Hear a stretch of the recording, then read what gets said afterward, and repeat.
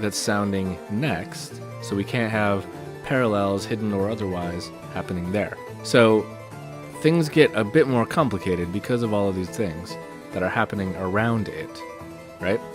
So sometimes we have passing tones, so it goes from a consonant to a dissonant to a consonant, but it has to be the same note.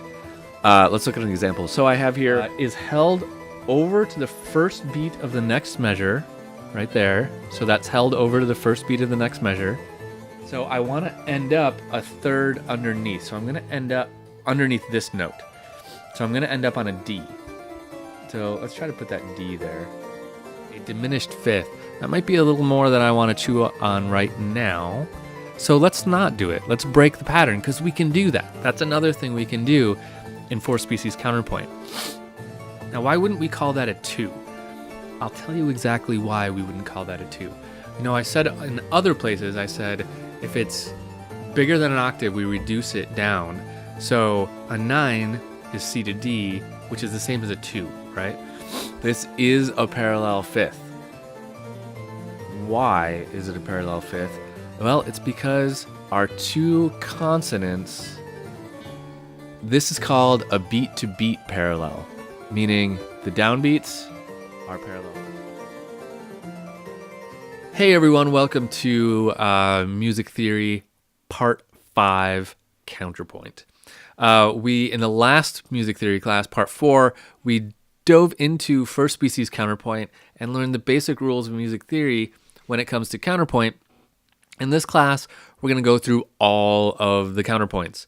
What's called second species counterpoint, third species counterpoint, fourth species counterpoint, and fifth species counterpoint, also sometimes called free counterpoint. We're going to go through all of that. Now, at the end of this class, you are going to have completed my entire first semester of college music theory.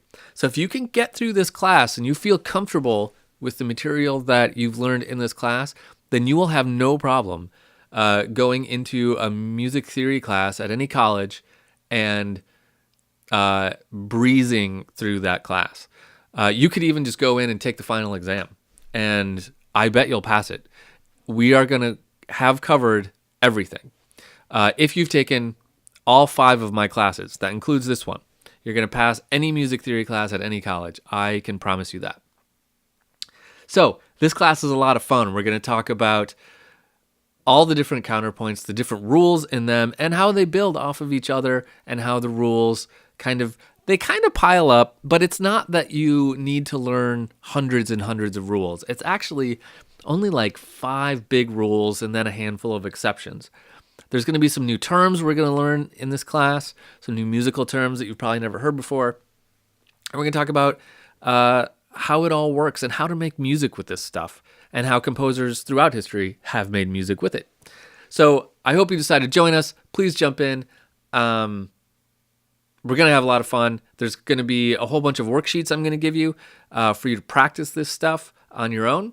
And I respond to questions posted in the class every single day.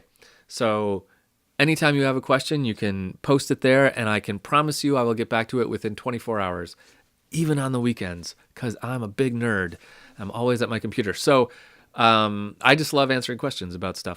So please jump in, join us. We're going to have a ton of fun in this class. And we're going to learn a lot about counterpoint. So let's get started.